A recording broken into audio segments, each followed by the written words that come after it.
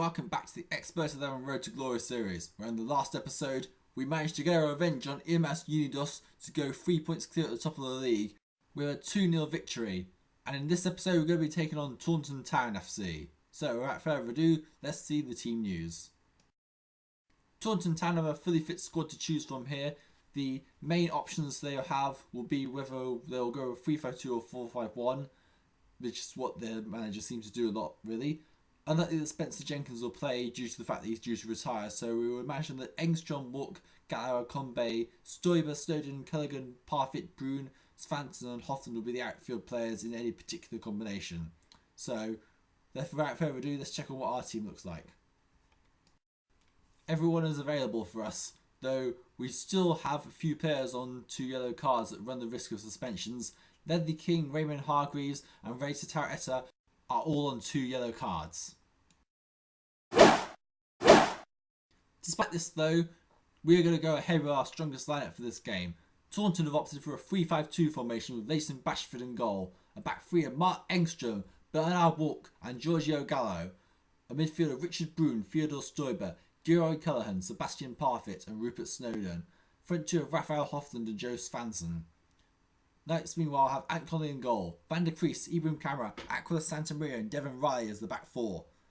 Not Ledley King as you may notice. I feel that with King coming towards retirement age, now is the time to drop him, especially since he's on 2 yellow cards, and play Devon Riley for the rest of the season as we transition the back four into the future, because this is effectively our final back four and can play at a strong average age. Anyway, the midfielders Pierre Hestlink, Wai Junior, Reita Essa, Alvito Roma and Raymond Hargreaves. Up front, Celso Moto on his own. The benches for both teams, Christopher Moutz, Alexander Combe, Lazaro Herrero, Armando Bayo and Raymond Petcher for Taunton Town. Ryan Mulligan, Ledley King, Oliver Wan, Azrat Zairi and Ian May for Knights of Sardinia FC. We now go live to the playground for the match. Taunton are in the orange strip playing from left to right. Knights are in the red and yellow strip playing from right to left. Rupert Snowden is the captain for Taunton today. I think they rotate their captaincy, but I'm not sure. Anon in with skill 6, harshness 4.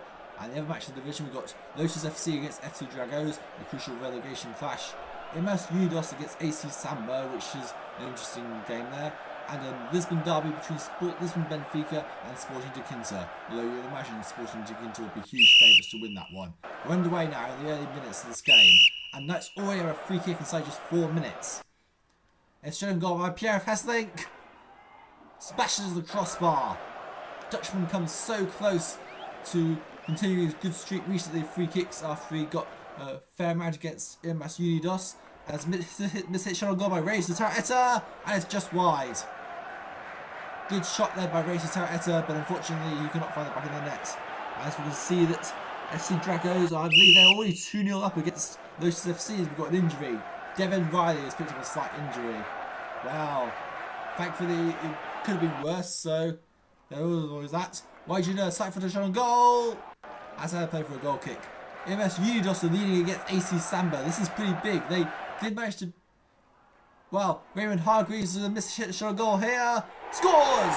Raymond Hargreaves gives Macedonia a 1-0 lead. And with MS Unidos leading against AC Samba, the whole picture could change here in the race. And in fact, it has. Sporting de Quinta have overtaken the lead against Sport Lisbon Benfica. And Giorgio Gallo has been injured for Taunton Town. Luckily for them, they have cover in the form of Alexander Combe in that area. But still, that is really things going in our favour now as we approach half-time. Yeah, half-time is currently 1-0 to Knights of Sardinia. After a very dominant first half in terms of chances, we've had 4 chances and slightly edged the possession, but this is probably the best performance we've had against Taunton Town in our long history of playing them. This is the 8th encounter between the two sides, so they are one of our most played opponents in this entire series. If you've watched this series for a very long time, you may remember all our previous encounters against them. But the big news is that AC Samba are losing to MS Unidos, so Sporting de Quinta's win means that we're actually increasing our advantage at the top of the league as things stand. The second half is getting underway now. And in the 52nd minute, precise heading goal by Celso Moto! And it's close to the crossbar. Sporting de Quinta 2-0 up against Sport Lisbon Benfica, so I think that's going to be a win. It's an injury for Knights here. Celso Moto slightly injured. Few little knocks here and there being picked up by the next team. You have to be really careful now because we could risk a serious injury here. Salsa Moto tries to face balls with the goalkeeper and scores. Celso Motor on target. He had a really good scoring patch in his teens, but he's really struggled to find consistent form now in his late 20s. But he's scored here. Racing Terra has been yellow carded for simulation. Wow. That's pretty bad actually. Racing Terra is going to miss the game against AC Samba as Celso Motor scores again. 3-0. This is going really well so far, even if the celebrations will be dampened by the fact that we're going to make it really difficult against AC Samba without Racing Terra. And we saw how much we struggled without him against MS Unidos. Even Petra is on for Taunted Town here. As we're coming towards the end of this game, MS Unidos are 2-0 up against AC Samba now. That's a surprise. YGNO makes it 4-0 and that's Sidonia in the 77th minute. Heading home, Raymond Hargreaves cross. So much is happening so far, and a lot of it is positive in the way of that Sidonia FC. This is our best ever performance against Taunted Town by a country mile. And Taunted Town, who were in contention for promotion not so long ago, are stepping more and more towards being relegation contenders. Raymond Petra's been slightly injured, the substitute striker. Things have just not been the day for Taunton today, but everything went right for Knights today. We absolutely dominated the game, winning 4-0, with Celso Motor finally getting back to how he was when he was a lot younger and scoring a lot more consistency. Our record goal scorer has got another 2 goals to ensure that Knights keep themselves top of the league and on course for another promotion, our first ever promotion to Division 1. It's looking more and more likely that we'll actually be able to achieve promotion this season, which I'm really happy about. Rupert Snowden with the man of the match for Taunton Town. Pim van der Krees, as always, the man of the match for us. There are 3 key factors in why that match played out like it did. First of all, we correctly called Taunton's defensive style and avoided them, so we really dominated the result. Secondly, we correctly predicted their formation as 3-5-2, so that really helped as well. Finally, we managed to pick a playmaker they didn't mark, and it just happened to be one of our best players, so as a result, we absolutely dominated the game and won by a country mile. So that was a very good result, and to top it all off, doesn't seem to be a really consistent rival ready to challenge us, as AC Samba lost to MS Unidos and Sporting de Quinto have now taken over in 2nd place. Right then, let's see the team of the week and see who made it in there. Now this is interesting. The team of the week is Ant Connolly of Knights of Sidonia FC in goal. That's the first time he's ever appeared in the Xpert 11 in his whole career. Really showing he's getting somewhere now in his career. Back 4 is Ronnie Beckman of Sport Lisbon Benfica, Emiliano Milario AC Samba, Pim van der Krees Knights of Sidonia FC, and Nigero Party Sport Lisbon Benfica. Midfield Raymond Hargreaves Knights of Sidonia FC, Augusto Mercury Sporting de Quinta, Alvito Roma Knights of Sidonia FC, and Miguel Castella Sporting de Quinta.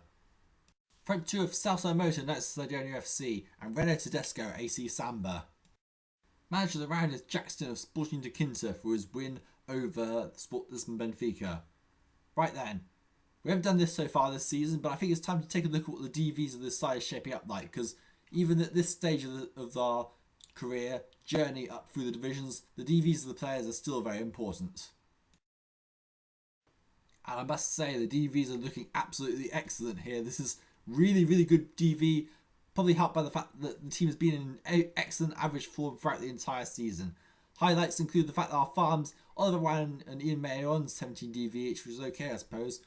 However, Raymond Hargreaves is on 18 DV for a 27-year-old, which is absolutely excellent. Ant Connolly and Ibrahim Kara both sit on 17 DV. Aquila Santamaria on 16, as well as Pierre Hesnik and Azrat Zaire. And finally, we've got Pim van der Krees on 15 DV, which is okay, I guess. But Alvito Roma and Racing Terra Essa both have 15 DV too. This should be a very good change report for the team's age come the end of the season if we're getting this kind of DVs. And it should hopefully increase the team's future potential of what little left there may be, considering the team is effectively nearing its peak now. So, after that round of matches, Knights of Sidonia on 21 points to the top of the league with our 7th win of the season. Sporting de Quinto have overtaken AC Samba after AC Samba suffered a shock 2-0 defeat away to MS Unidos.